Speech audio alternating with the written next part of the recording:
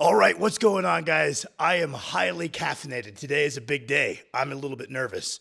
Anytime I got a big session coming up, I can't stop thinking about it the days prior. It's one of my favorite feelings in the world. It's one of the reasons I love lifting. But I find there's two things you can do. You can either get kind of overwhelmed by that anxiety and self-sabotage and almost do a worse job preparing, or you can put that nervous energy to use and do every little thing you can to prepare. And I find when you just are kind of idly checking boxes, like, man, I feel like maybe if I do T-spine mobility the night before, my overheads will feel a little bit better. Well, guess what I did? And pretty reliably, you'll have at least a decent session. I always sleep bad the night before due to nerves. In a perfect world, obviously, I would sleep soundly the night before a big lift, but one bad night of sleep, kind of make up for it with an energy drink. Let's get after it. I'm definitely nervous for this one, but also excited. Let's get stronger. I was telling Kirsten the other day, I'm getting closer. It's a dumb little goal in my head. I want people that know me to be like, oh yeah, that's Sam. He's a weird dude, but he's one of the strongest people in the world. I'm getting close, I guess, kind of close to where I feel like that claim isn't crazy. Obviously, nowhere. I'm no half Thor Bjornsson, but to where that claim could be justified. Gives me a lot of motivation. That sounds quite cool. So let's get after it. A 405 overhead press would be a mighty step in the right direction. All right, we're back and about to get started. I've taken my time warming up. That's a big skill for these end of block sessions is even though I'm nervous and I'm excited, I want to get after it, take your time warming up. If you have just kind of a gut feeling doing something might make the lift feel a little bit better, do it, right? As long as it's not going to excessively fatigue you, we can miss accessories on the tail end of these sessions. It's more about putting yourself in a position to hit these big expressions, let your kind of body and nervous system adapt to those big expressions to be ready for next week. It's a little bit as important as accessories are. We can drop some off the tail end and front load a little bit of our preparation if it means a little bit higher quality work on the main one. So big thing is just not letting my nerves get the better of me, not being overwhelmed, listening to my body. I did a bunch of reps at the bar, felt like my shoulders were under warm, so I did some dumbbell presses just to warm up my shoulders, felt like my T-spine wasn't moving properly, just listening to body on the way up. But now I think it's time to lock in. I'll keep probably doing like a little drill in between each warm-up, right? I probably got about a minute of rest between the latter ones.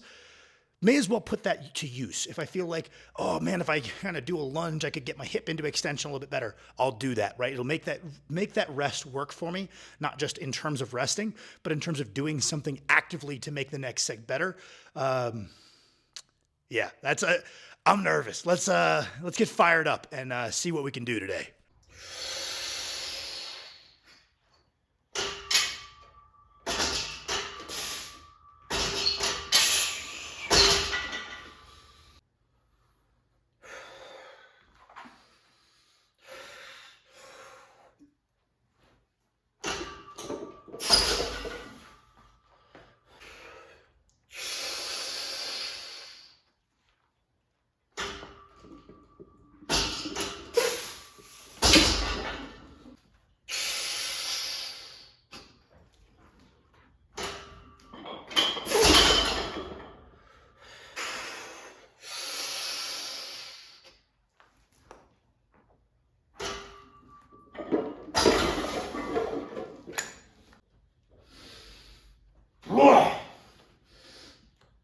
Tight.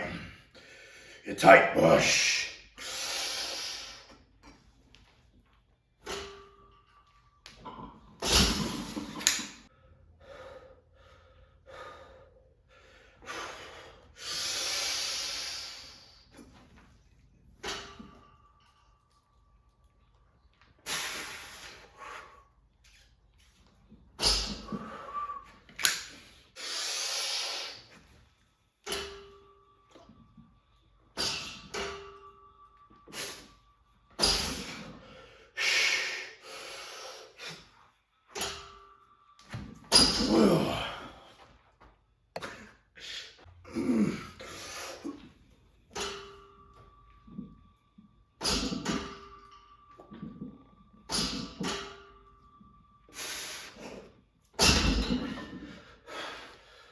All right, overhead press is complete.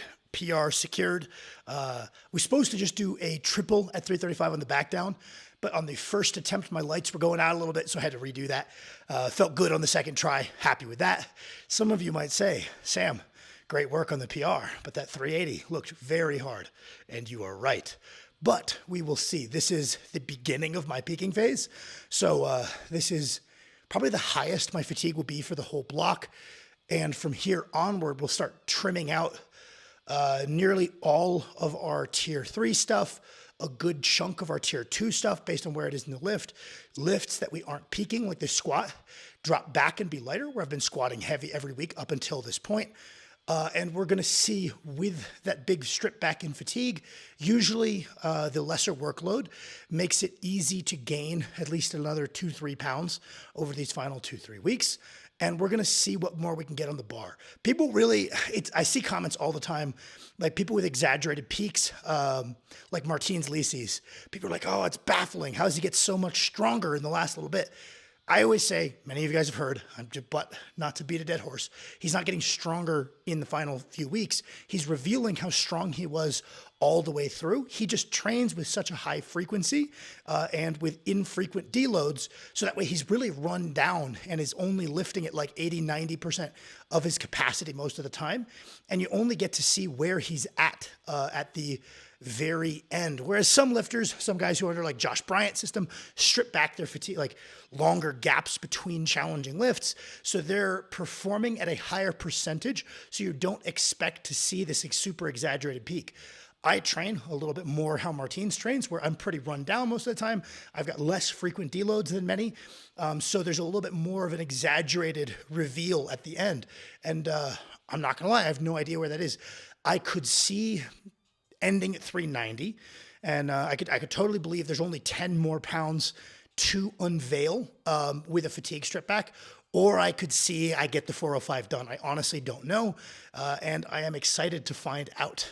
Which also brings me to something, it's not a pet peeve, it doesn't really annoy me anymore, but I used to get clients all the time that would be like, well, you know, I've done a whatever, let's just say I've done a 315 bench, but that was without a peak. And they have this assumption that I'm going to write, they don't know what a peak is. They just hear elite lifters talk about, oh, I did this unpeaked. Partially, if you're following untested, unpeaked just means I didn't gobble a bunch of Anadrol beforehand, but there's also the fatigue aspect. There's also those neural adaptations. But if you train in such a way that you're touching heavy randomly on a whim all the time, there's not going to be that like neural aspect, and you don't train hard enough that you're under a meaningful amount of fatigue, what you hit without a peak is the same as what you will hit with a peak, maybe with 5 more pounds. And so I used to get these guys, it seems to be better understood now actually, but I would get these guys, yeah, I was unpeaked. And it's funny to say that like so smug style when clearly you don't quite understand what a peak is. You know, that being said, I've had guys who come to me and like, oh, that was unpeaked. And then we peak and then they lift a lot more, right? So not trying to talk down to anybody, but that was an interesting phenomenon I noticed for a while there where I think people were just they would see people call things unpeaked so often that peaking became this mythical thing that's going to give you plus 20 no matter what. And so as discussed, we are dropping out tier 3 stuff, which just leaves me with the question of, okay, be great to go eat and recover and begin getting ready for tomorrow and a big deadlift later in the week. Just begin recovery immediately, get that adrenaline back down, hopefully get a good night of sleep despite breaking my no energy drink policy. The Welch's Grape Ghost, by the way, very good. Shit, what was I saying? I was saying as much as that would be great and we're trimming work, I always just ask the question, is there anything I think would be productive? And me and Max will fit in a little bit of extra work as opposed like versus what some other people do, where it's like, okay, it will be 7 days before I go really heavy on overhead again. I need to start dropping back systemic fatigue, but it would be okay to cook up the primary movers a little bit more. Or like on Friday, I will deadlift heavy. My squats early in the week get lighter, so it'll be a full 7 days before a heavy lower again. It'll be okay to cook my hamstrings a little bit extra and just try to get a little bit stronger, right? Even if that's just neural, right? So I ask myself the question of what do I think it would be productive to do today? I feel as though a mistake I made this block was for me, very specifically for me. They're a great exercise. The Smith presses to the front are almost redundant, and the behind the neck presses seem to be more targeted to my weaknesses, more stimulative, kind of like what I talked about with Paris. You can mask your shoulders a little bit more to the front, although it's a great exercise. So I probably should have been prioritized getting as strong as I can behind the neck. But I'm going to do those because I feel like they would be productive. And I'm going to do some dead hangs to make my back a little bit like less tight after I'm extension. I talk about it on large lads that you guys will see would it be tomorrow when you see this? I tolerate flexion like a motherfucker. I can round my back with a lot of weight. I feel great the next day. Nothing bad happens. I built that up over time. I don't tolerate extension, arching my back with weight very well, which is something both are important for strongman. Extension tolerance is super important for Olympic weightlifting. And it doesn't feel like I'm going to hurt my back. I just have to I have to deal with back pain when I'm loading a lot of extension in my training, whether that's doing a maximum arch bench press, whether that's overhead presses, whether it's log presses, whether it's like some kind of full extension sandbag or stone. When there's extension present in my training, I just have to deal with back pain. It's not the worst thing in the world, but I do find that dead hanging on the same sessions that I load that extension is particularly helpful for making it a lot less exaggerated the next day. And then also doing like abs where I pull into flexion. So something like a leg raise or a sit up on those same days seems to even me out a little bit, and I feel a little less shitty the next day.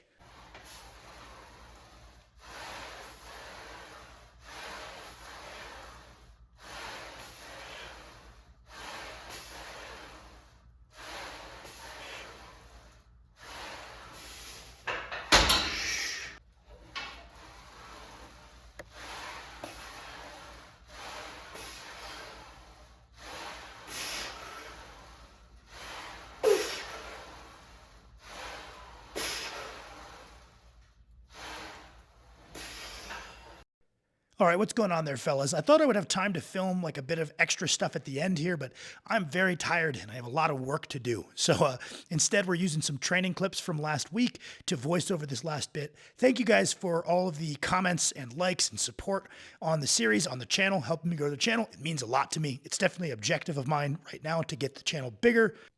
So I'm really doing my best, despite fatigue from training, from being heavy. Man, I'm looking forward to that cut from work, to stay on top of being regular with the videos.